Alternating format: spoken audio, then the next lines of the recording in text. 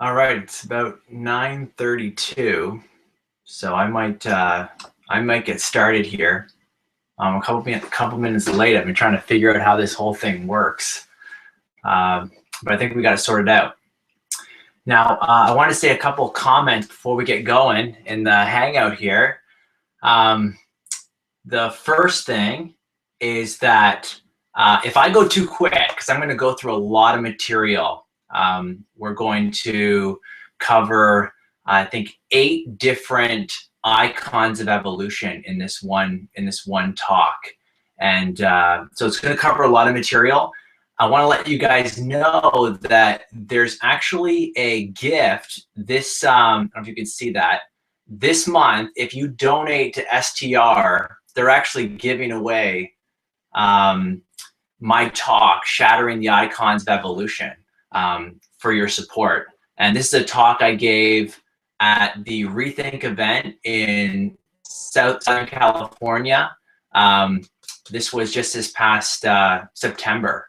And the video turned out really well. The guys who were editing did a fantastic job at kind of working the slides in to the into the video. So it turned out really well. So you want to get that for sure. So we're going to cover some of that material. Also, in this Hangout, I'm going to actually get my slides up. Now, this took a little bit of work to try and figure out. It wasn't easy. And so I think the presentation is so much better when you can see the visuals. And if you've been to any of my talks, if you've seen any of my presentations, you'll know that for a 45-minute presentation, I probably include 60 slides or something like that. I'm pretty heavy on the visuals. I'm a visual learner, and so I know a lot of, especially young people, they appreciate the number of visuals. So I'm going to have those up on the screen as well. Hopefully that works. So let's get into it. Now, before we get into the talk proper, when I go into youth groups and I talk to youth pastors and I talk to church leaders and Christian school teachers, I love to ask questions. And one of the questions I like to ask is this: what are you teaching your students about evolution? It's a strange question to ask a youth pastor, because I mean the usual response is, why are you asking me that question? I mean, that's not my job. We teach theology, we teach doctrine, and those are good answers. But they should be teaching evolution. And the reason for that is because the church in general at large has just ignored evolution for the most part. Even Christian school teachers I've talked to have ignored the subject. And so these kids, they go off to university. Some of them take biology. In a first-year bio class, they're going to encounter an evolutionist, right? And this could be the first time they encounter these arguments. And what do we think is going to happen when they encounter these arguments? Without a defense against it, these are going to have terrible consequences. And so I think we need to have a different approach. And that's why I developed this material. I actually taught biology in a public school classroom. I have a degree in physics, but I can teach pretty much any of the sciences. And so I actually taught evolution in the science classroom. But more on that in a second. So let's see if we can get my slides up here and go from there. All right, I think that worked. Excellent, excellent. All right, so hopefully you guys can all see that out there. Now, I've talked to well-meaning Christians who think that we need to isolate our students from ideas like evolution, lest a doubt should enter into their mind. In fact, I've actually spoken to high school biology. These are Christian school teachers who just ignore the subject altogether. They just skip the unit. I mean, we got enough to teach in the classroom. Something's going to get missed, and so they miss evolution. I think this is actually absolutely foolish. It may be right-hearted, but it's absolutely wrong-headed. There's a better way. I actually taught biology in the public school classroom, taught evolution. And when Christians find this out, it's so funny, because the first question I get when I tell people I'm a Christian, I'm a creationist, I believe in intelligent design, and I taught evolution, and it's like, how did you do that? How did you teach evolution? And my response is, I taught it well. I taught it well.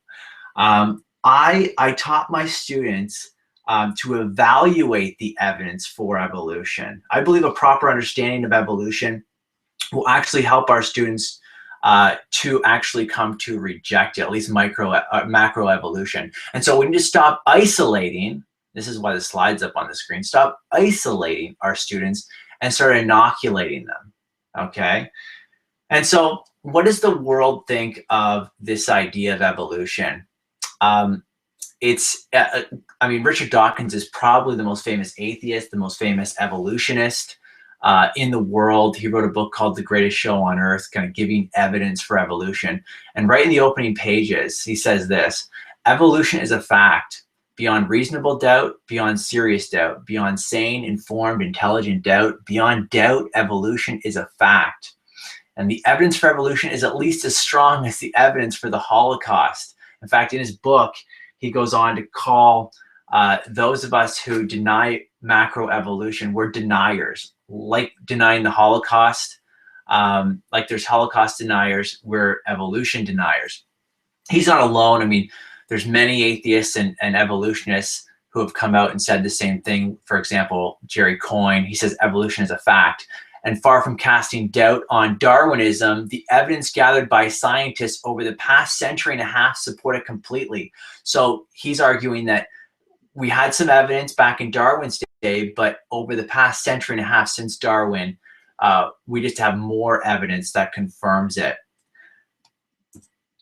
And so I want to introduce Dawkins one more time, because I love Dawkins. Just goes to the extreme sometimes when he says some of the things he says. And one of those things he wrote is an article in a book review in the New York Times, and he says, "It is absolutely safe to say, if you meet someone who claims not to believe in evolution, that person is stupid.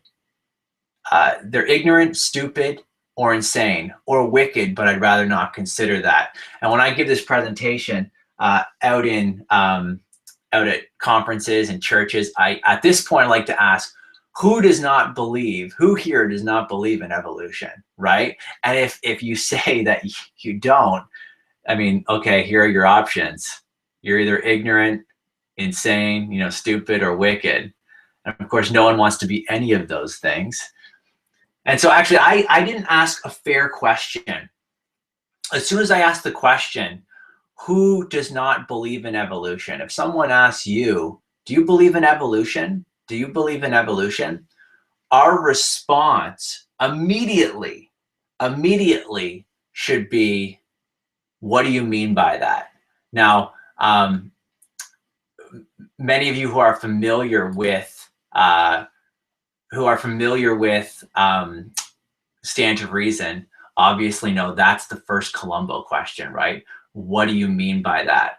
And so we need to ask, as soon as the topic of evolution comes up, we need to start asking, what do you mean by evolution? Okay, because evolution, we're going to see in a second, has so many different definitions.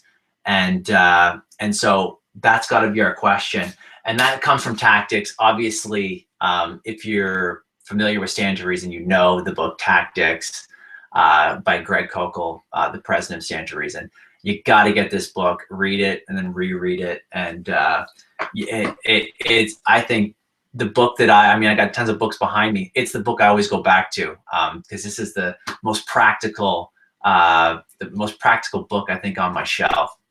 And so, so how do we answer that question? What do you mean? What do you mean by evolution? And so, yeah, I think I got a picture of Lieutenant Columbo up here. This is the Columbo tactic, right? So you read the book. That's my endorsement of the book.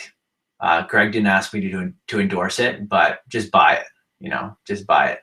And so what are the definitions of evolution? There's many. I'm going to give 6, I think. Some are uncontroversial. For example, it can be change over time. Like everyone agrees that living things change, okay? Everyone agrees with that. So that's one possible definition. It can mean change in gene frequency in a population. This happens every time 2 people get together and have a baby, okay? And if you're a youth listening, ask your parents about that. So you get some genes from mom and you get some genes from dad. And I always tell people I got the hair gene from my dad. And if you've seen me, you know what I'm talking about there. The third is the mechanism of natural selection and random mutation. So I'm going to speak more about the mechanism in a minute here. The fourth is limited common descent.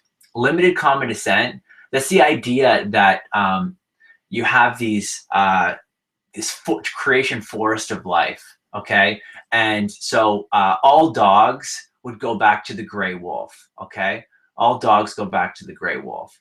And so you don't have one kind of animal evolving into a different kind of animal. This is taught in Genesis. And so these are uncontroversial. Everyone holds to them. I've never met anyone who didn't hold to this form of evolution. If you don't want to remember all 4 definitions, just think microevolution, okay? And this is not a creationist term. I have evolution textbooks that use the distinction micro and macroevolution. So I think they might be helpful for this discussion. Now, on the controversial side, and when I say controversial, of course, the majority of the scientific community, they're evolutionists in the macro sense, which we're going to see. So it's not controversial to them, but there's a growing number of scientists, and there's a growing number of people who reject these 2 that I'm going to mention here. And so one's universal common descent, and that is basically, think the tree of life. Every textbook has a tree of life. And so 3.8 billion years ago, you have this universal common ancestor, a single-celled organism that evolved from a prebiotic soup. And then from there, that's the story. And then from there, you basically get the entire diversity of life. And so on the tips here, we have Brett Kunkle related to the chimpanzee, who's also, we could find a common ancestor with the banana on the tree, okay? And so you can see that handsome dude there in that thinking position. Oh, and there's Brett too. Brett doesn't like that I put that in there, but that's okay because Brett's not my boss. And then there's number 6. All organisms are descended from a common ancestor, as we just said, but this is solely through an unguided natural process. Some textbooks say undirected or random natural process. This is a textbook definition, okay, of evolution. I don't think I've come across one evolutionary biology textbook that didn't have a definition similar to that, number 6. Now, I would call macroevolution, and this is where I am going to argue that I'm not an evolutionist in this sense. Okay, so in some senses, I'm an evolutionist in the first 4, but in the next 2, I'm not. I wouldn't hold to the theory. And so what we're going to do now is what I'd like to do is I'd like to look at the evidence used to support macroevolution. Okay, so you have the evidence for evolution, and I'm going to break it into 3 different categories. Okay, these are categories that I've come up with. They may not be perfect, but I think you can kind of fit the textbook icons of evolution into one of these 3 categories. And so these are exaggerated extrapolation, egregious error, and equivocal evidence. Okay, so let's just look at each one by one. The exaggerated extrapolation, this is probably the most common mistake or misstep made by evolutionists. It's a mistaken projection, okay? Evolutionists take microevolution, all those examples, and we'll look at some, and they think that if they add enough time, they get macroevolution, okay? So think of you know, we're going to talk about finch beaks in a second here, but so you got these finches, and they have different size finch beaks, and they say, look at that minor change, look at that minor change, and then they extrapolate to the point where, well, if we can get minor change like the beak size changing, maybe you could get a dinosaur evolving into a bird, okay? So now you've extrapolated to this macro sense. And most evolutionary biologists think that dinosaurs evolved into birds. In fact, dinosaurs aren't extinct. They're, you know, feeding on our bird feeders as we speak. And so if you've had Kentucky Fried Chicken, you've actually had, I mean, Kentucky Fried Dinosaur. And this is, I mean, in any natural history museum, this is a standard line. So that's the first. The second is egregious errors, egregious errors. And this is this results in essentially mistaken information. It's not mistaken projection, mistaken information. They just don't get the facts right, okay? And so these are things that are included in textbooks, but I don't think they should be. This is outdated data, data that's been overturned, things like that. And so if the theory of evolution is based on is as established as the evolutionists claim, then they shouldn't be using false and outdated evidence. And the last one is equivocal evidence. And this is evidence that could be evidence for evolution. I'll grant that. It absolutely could be. But it could also be evidence for creation. And so that's why I called it equivocal. It could go either way. And so we'll look at a couple examples of that. Now, I said I talked about the mechanism just briefly. Maybe you've been out of the high school biology classroom for a little while. And so let me just give you a little review here. So let's say we have two dogs, and those things on their stomachs, those are alleles, those are genes essentially, one for short hair and long hair, and we'll say they have a combining effect. So we have two dogs here with medium length fur, and they're going to get married and have kids. And so that pink bow is important. So we got, so they start breeding, and you got a short-haired allele or gene from dad and short hair from mom. And so you're going to get a dog with short fur. You could get a short from dad and a long from mom, and you're going to have, you know, medium, and the same is true if you just reverse the process there. And then finally you get this dude with the really messy hair, and that is long hair gene or long fur gene from both. And so at this point, we haven't seen natural selection. We've just produced the different varieties of animal you can get with these parents. If we take these animals, though, we drop them off in a harsh climate, like I'm actually in Ontario right now, Canada, not Ontario, California, and it looks like this. No, it doesn't really, but it's cold. And if we drop these dogs off, well, the ones with short fur, sad to say, but they're not going to make it. And so here's the universal symbol of death.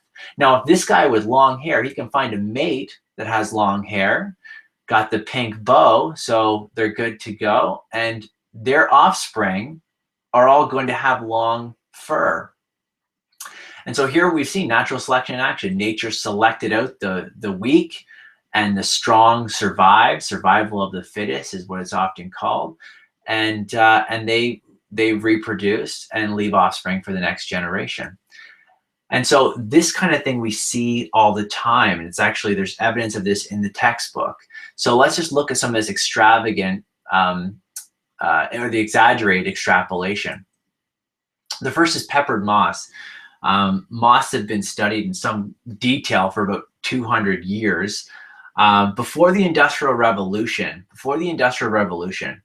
in Europe, the vast majority of peppered moss had light-colored wing patterns, which effectively camouflage them. You can see on the screen, there's a moth there you can barely make out, and that's because of light-colored tree and the lichen on the tree. However, due to widespread pollution, the population changed. In fact, the light color was very easy to see on the soot-covered trees, and the lichen had died off, and so now the black ones were more camouflaged, and so we see the population, the proportion of dark moss increased. Of course, with all the pollution control, we've actually had the trees getting lighter again, and actually the lichen growing back, and so we can see the population actually rebounding, which is kind of neat. But notice, what have we seen here? I mean, this is an example of evolution in action, but really, I mean, it's survival of the fittest, but it doesn't explain the arrival of the fittest. It doesn't explain the arrival of the moths in the first place, which is really what we're after. Where did the moth come from to begin with? Now, I should say this whole story has come under fire. It could be that much of this is made up, but just let's grant the whole story. Okay, if we just grant it, we're still not seeing much in the way of macroevolution. We're just seeing natural selection in action. What about finch beaks? Every single biology textbook I have ever seen has included Darwin's finches. Okay, when Darwin was on the Galapagos Islands, he studied these finches, something like 13 different species of finches, and the main difference in these was the beak size and shape. And they were very highly adapted for their particular environment and what they were eating. Some ate bigger nuts, would have to break in those, so had a larger beak, whereas some had smaller beaks for eating insects. Others had narrow beaks for getting into melons. And so you could see here, again, this is kind of an evolution in action in a sense, microevolution. During periods of drought, you could see they have actually measured an increase in beak size during droughts, because the bigger beaked birds can survive because they can get into the nut, crack into those nuts. But then when the drought goes away, the beaks actually, the size bounces right back. And so we got to ask ourselves, is this evidence, is this kind of evidence that turns over millions of years a dinosaur into something like a bird?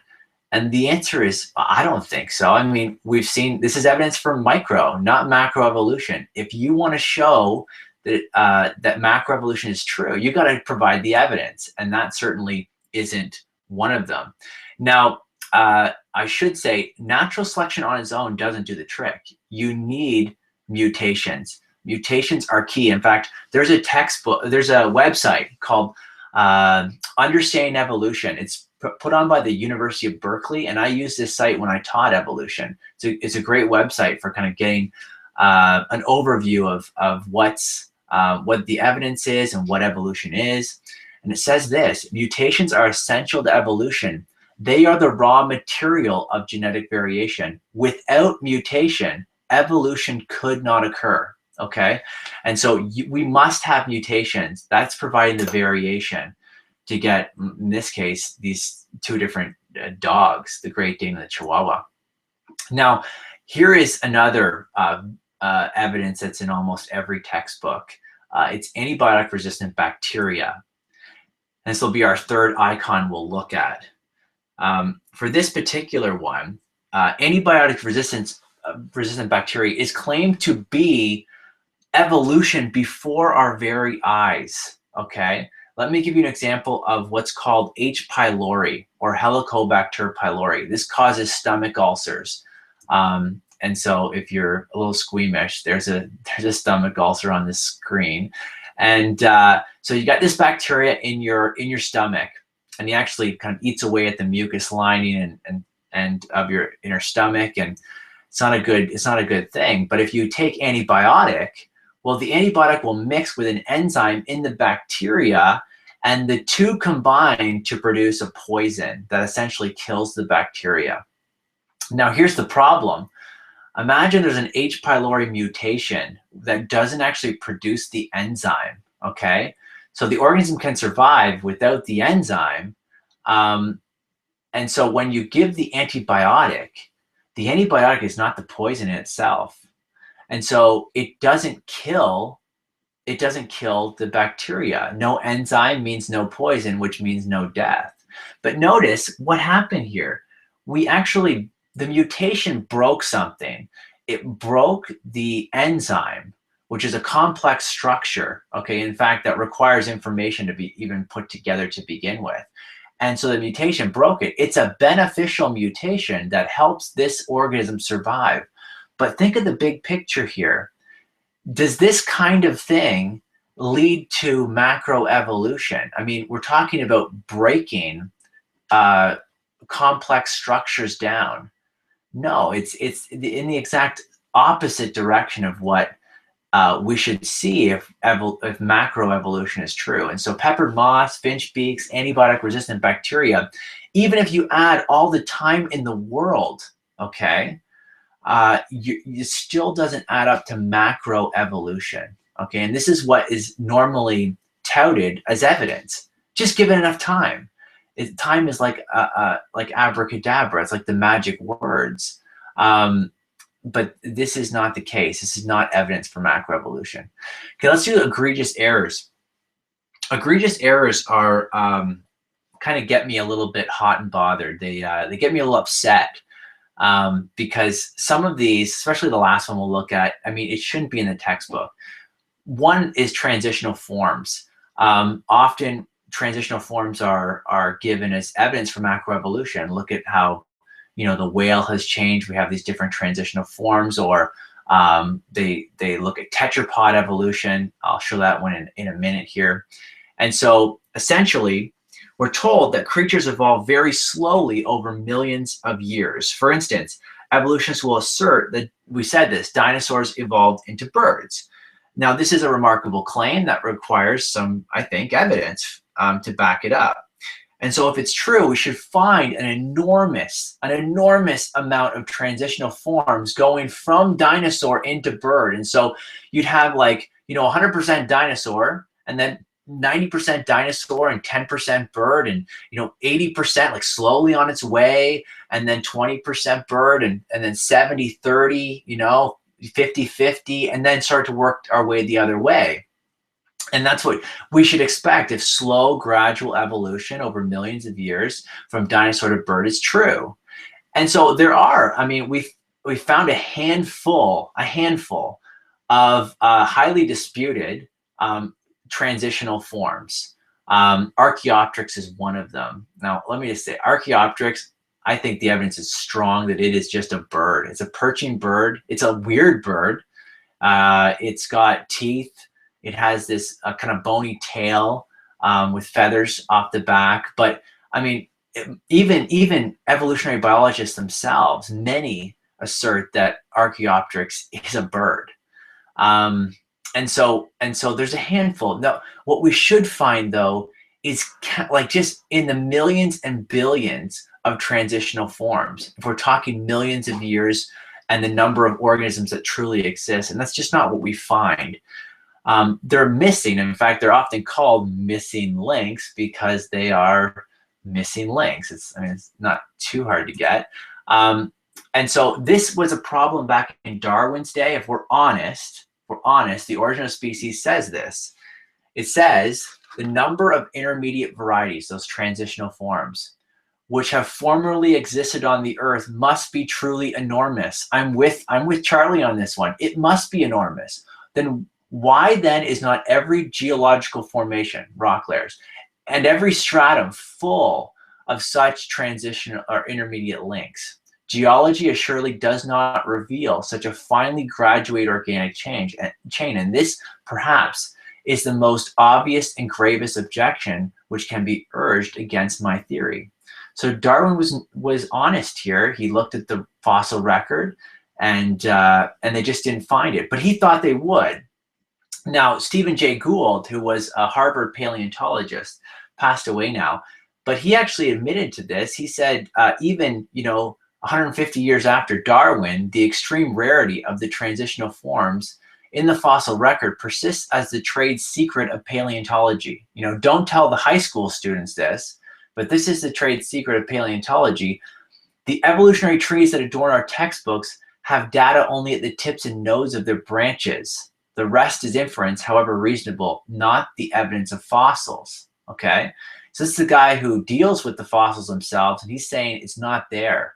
Now, some evolutionists will say, oh, you're quote mining. You're just pulling this quote out of thin air because it fits your creationist ideas. No, no, not at all. In fact, Stephen Jay Gould, because he looked at the evidence, he came up with his own idea of evolution, not slow and gradual. Okay, slow and gradualism. This is Dawkins.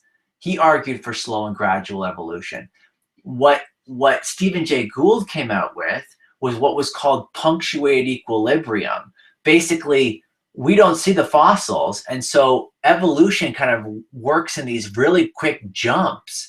And so you're not going to find the transitional forms because punctuated equilibrium is true. Of course, Dawkins argues against punctuated equilibrium. Stephen Jay Gould argues against gradualism. I think they're both right. I think they're both wrong, right?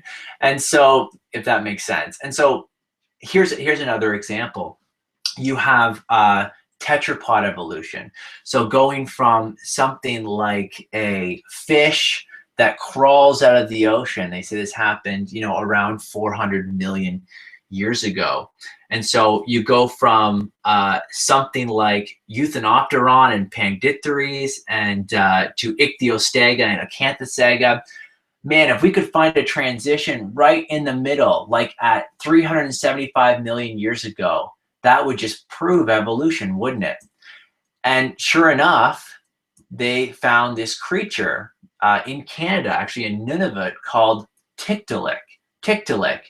And just for the record, they find the bones and not even a complete set. They don't have the color of the skin and the speckledness and all this other stuff. Obviously, this is artistic impression here. And so you have this creature that seems to be almost like a intermediate between starting to walk, but not really walk, maybe on the ocean bottom, called Tiktaalik. Here's the issue, though, and this is why this argument has been moved kind of to a footnote in most textbooks. It's because they actually found tracks of a tetrapod creature about 395 million years ago. Why is this significant? This was in Poland.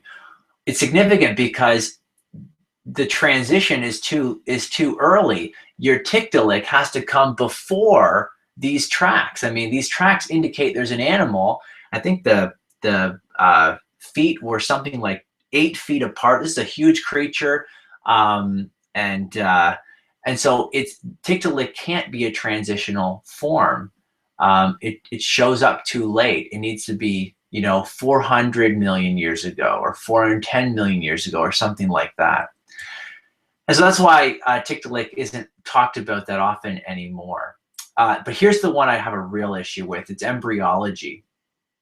Now, Darwin thought that the argument from embryology was one of the strongest of all of the arguments for evolution. In fact, in a letter to his botanist friend, Asa Gray, he wrote this: "It's curious how each one, I suppose, weighs arguments in a different balance." So he's saying there's different, people think different arguments are better or worse. He says, embryology is to me by far the strongest single class of facts in favor of change of form. Okay, and so this was a strong argument for Darwin, and it's still in the textbooks today. In fact, this is an image from, I think, a 2015 textbook, and you can see here we have the embryos of a fish, a salamander, a tortoise, a chicken, and a human. They all look so familiar, or they all look so similar. And as they develop, they get a little bit more different. And so this argument actually goes back to a German biologist named Ernst Haeckel. And he drew these embryos, essentially what you're looking at in the textbook. And he said that this early similarity shows that they came from a common ancestor. In fact, look, you got the gill slits. That's from our fish stage. Let me tell you, they're not gills and they're not slits. Okay, they have nothing to do with respiration. Those are folds because the embryo is curved over in a C shape. It's not a tail. In fact, the feet haven't started growing. The feet actually grow past that point eventually. But here's the real issue I have with this argument. Here's what the embryos actually look like, okay? Here's the, if you can't tell the difference, there's the drawings that are in every textbook next to the photographs of what they actually look like. Ernst Haeckel faked his drawings. They are a fraud. They are an absolute fraud. And this isn't creationist talking. This is recognized in the leading scientific journal, Science, okay? In fact, it says, and I screenshotted it here for you, it looks like it's turning out to be one of the most famous fakes in biology. This was in '97, and yet this is still in the textbooks, okay? And so something, this argument should not continue to be used in light of what we've discovered, that this is indeed a hoax, a fake. And so the last one I would like to look at is junk DNA. Now, for a long time, junk DNA has been argued as evidence for evolution. There's this accumulated non-functional DNA that just has to be accumulated over millions of years of evolution. At least that was the argument. That was the argument. Let me show a quick video here of just describing DNA. I got some junk in my trunk, or in my DNA, or both.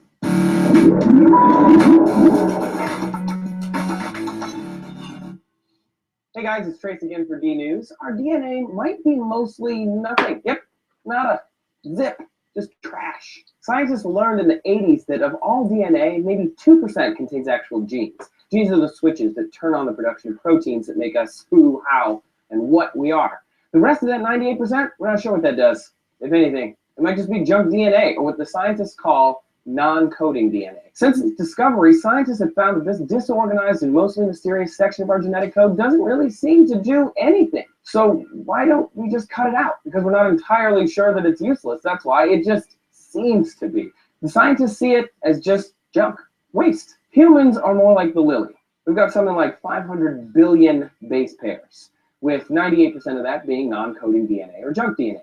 Why do we have it? No idea. Not even close.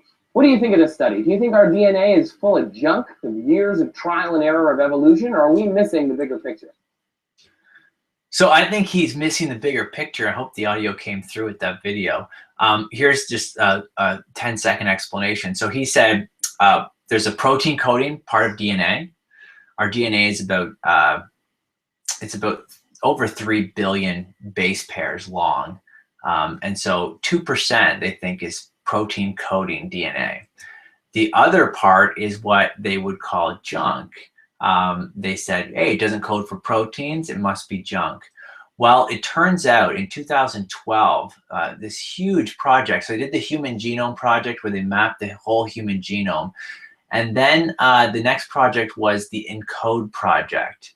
And in this project, it was numerous scientists from multiple universities working, and a number of papers were published.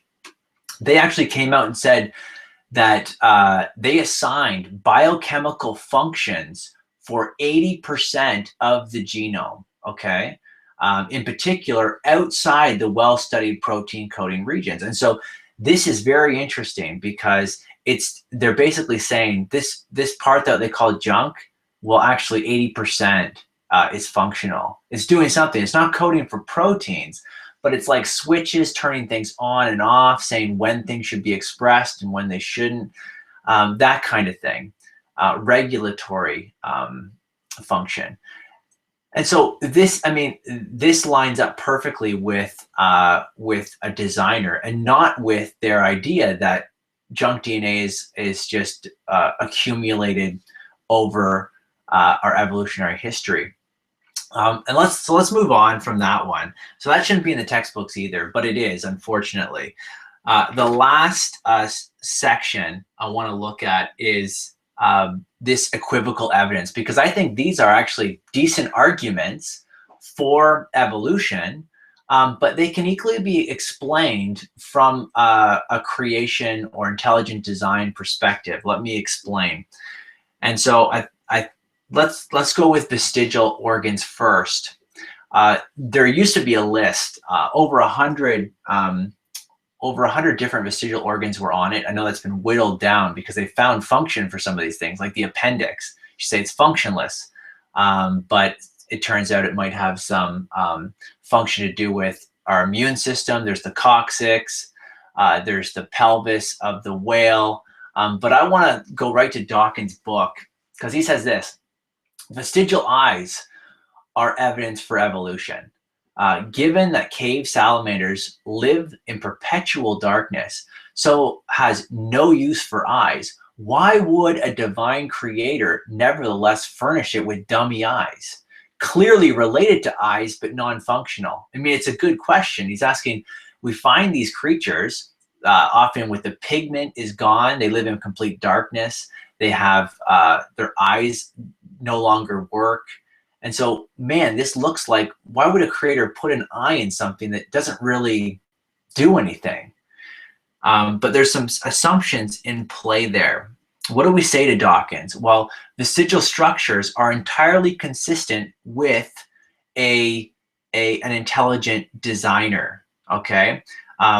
They could be structures that were initially designed, but then lost their function through mutation and natural selection. Everyone agrees that the structure started out functional, but became non-functional, okay? So this isn't evolution. This is more like de-evolution, okay? What the evolutionist needs to do is explain the organ, how it got there to begin with. How did the eye get there to begin with, okay? Maybe some of you drive really beat up cars, you know, where structures like the air conditioning or the heater or the power windows or the lights or whatever, they don't work anymore. But just because they've become non-functional doesn't mean that they weren't designed to begin with. I hope that's clear, right? Just because it became non-functional doesn't mean it wasn't designed to begin with. In the same way, we see these vestigial structures like this eye that Dawkins brings up in his book. No, well, couldn't it be that it was designed to begin with and lost its function? I think that's a better explanation. Dawkins needs to explain where the eye came from to begin with. Okay, here is probably the best evidence offered for evolution, in my opinion. At least it's in the textbooks. I think homology provides one of the strongest evidences put forward. Here's why. Homology has to do with similarity between organisms. So evolutionists understand this similarity to be evidence for common descent, a common ancestor. Okay, so look at the human arm, the cat leg, the whale flipper, the bat wing, and say, look at the bone structures, okay? There's that similar pattern. They each start with one big bone connected to two smaller bones, and then they're connected to even smaller bones. And finally, there's this 5-digit pentadactyl pattern, or we just call them fingers, right? And so is this evidence for a common ancestor, common descent? Well, it certainly could be. It certainly could be. But what best explains the similarity? And so I want to use an illustration that I use with people I speak to. I'll often say, on the screen, you have a series of iPods, okay, and actually one iPad. And there is much similarity between them, much similarity. So how do we explain the similarity? Well, we could say it's common ancestry, you know, common descent.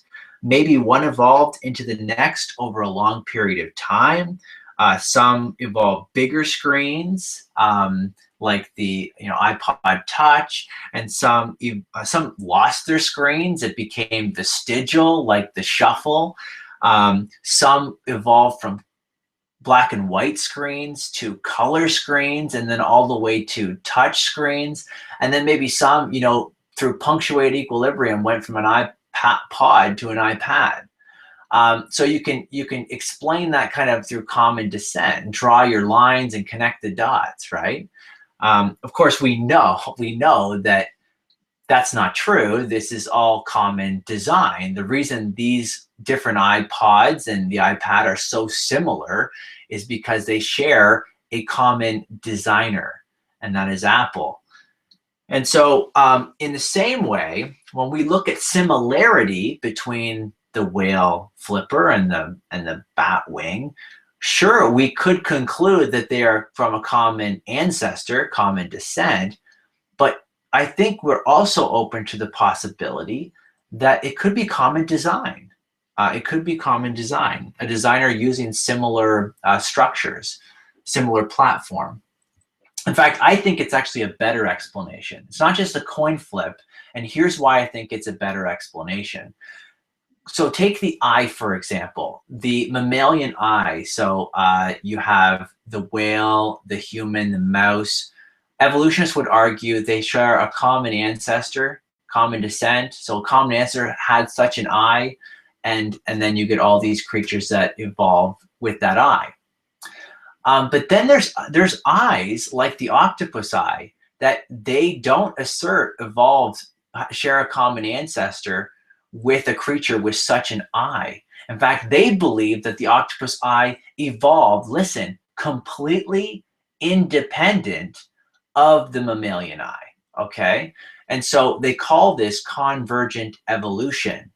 In fact, not only did the eye, this incredible complex structure that, I mean, we're developing cameras that almost pale in comparison to the optics of an eye. And so so what's the best explanation? I would argue that the eye didn't evolve independently numerous times. I think the best explanation is that we have a common designer who uses the eye in multiple creatures. And so this seems to, at least to me, to be a more rational explanation for this. Now, I want to conclude with one last thing. Why is evolution so widely believed? I've offered some arguments against the traditional, textbook evidences. Why is evolution so widely accepted or believed? And partly the reason is because it's true, right? Evolution, on some definitions, is true. The facts back it up. And so we got to be clear on what we mean by evolution. Obviously, finches and moths and bacteria, they change. And so in this case, evolution's true. But why is macroevolution so widely believed? I don't believe it's primarily for scientific reasons. I think it's widely accepted for philosophical reasons. It's believed because there's a commitment to methodological naturalism. Methodological naturalism is simply means that scientists assume that only natural causes exist when they do science. Okay, and of course, this is an assumption that just excludes the supernatural from the beginning. So you're not ever going to come to a supernatural explanation like design. And so all you're left with is macroevolution. Anyone holding to methodological naturalism is going to argue that creationism and intelligent design, well, those aren't even on the table. They're not possible explanations of the biological world, okay? But if we don't start with that bias, if we don't start with that presupposition, then we're open to, I think, more possibilities, and I don't think and I think we're left with the true possibility of an intelligent creator. So listen, even if all the evidence pointed away from evolution and towards an intelligent designer, if methodological naturalism is strictly held to, then you'd have to cling to the theory of evolution, okay, as the only possible explanation. It would be your only game in town. And so everyone needs a creation story, and that would be theirs. However, when considering the origin of the diversity of life, the theist is open to follow the evidence where it leads. And if the evidence points away from macroevolution, which I think it does, and towards supernatural intelligence, which I haven't actually argued for, I think there's good arguments for that, then I would say so be it. So be it. So I'm going to turn this, share my screen again if I can figure out how to do that.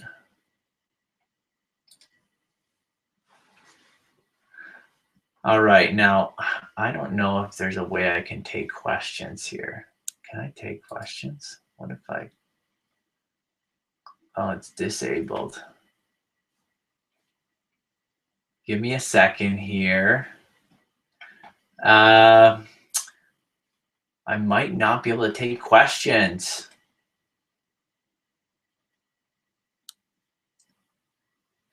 I hope you guys enjoyed that. Again, like I said, I covered a lot of material there. If you have students who are in high school, or maybe you're a high school student watching this, you want to get this DVD. And with, I think, any donation to Stand to Reason, they will send it to you. They'll ship it to you. And it's called Shattering the Icons of Evolution. And it walks through, and you can obviously stop and start, and it'd probably be great to show to your youth group. But I don't think I can actually enable the questions, which stinks. So I'm going to leave it there. If you have any questions for me, feel free to message me on Twitter. Oh, wait, I'm getting a message from Brooke on how to show. Okay. Q&A. I got it. I hit the blue thing. I hit it. And then it says this feature is disabled. So Brooke, you must be watching this. Yeah.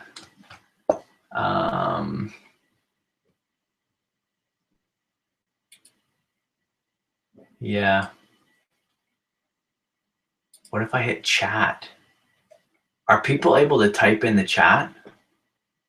If you have a question, you could potentially enter a chat message, I think, or maybe that's only something I can do. If you're out there watching this, can you see if you can type a chat to me?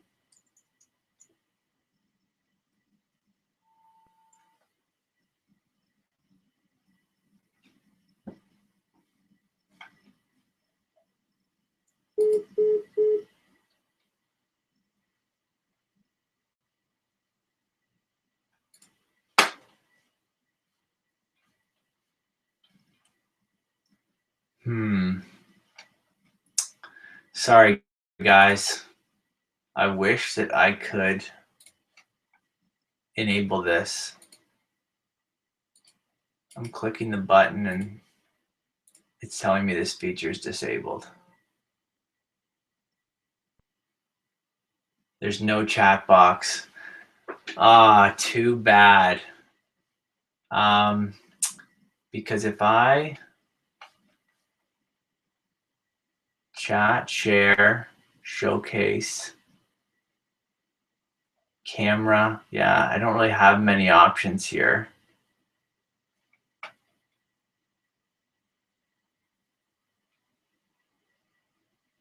Settings, no.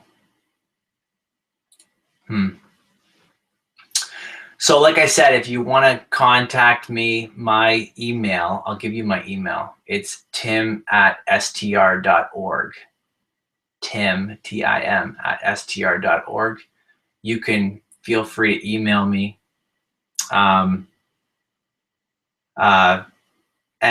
I can follow up with you that way, or you can message me through social media. Twitter has my, you can message me through Twitter, which would be @TimothyBarnett. That's what my mom calls me when she's angry at me, Timothy. So Timothy Barnett is a great way through Twitter, and I can try to answer you in 140 characters or less. So thank you for joining. I had a great time. Next time we do this, I'm gonna figure out how to turn on the questions. And I would love to be able to have like picture in picture. So if anyone's watching this and they know how I can be on the screen with my slideshow, like that would be awesome. So we'll keep working on this stuff. Thanks again, guys. Have an excellent evening. Bye.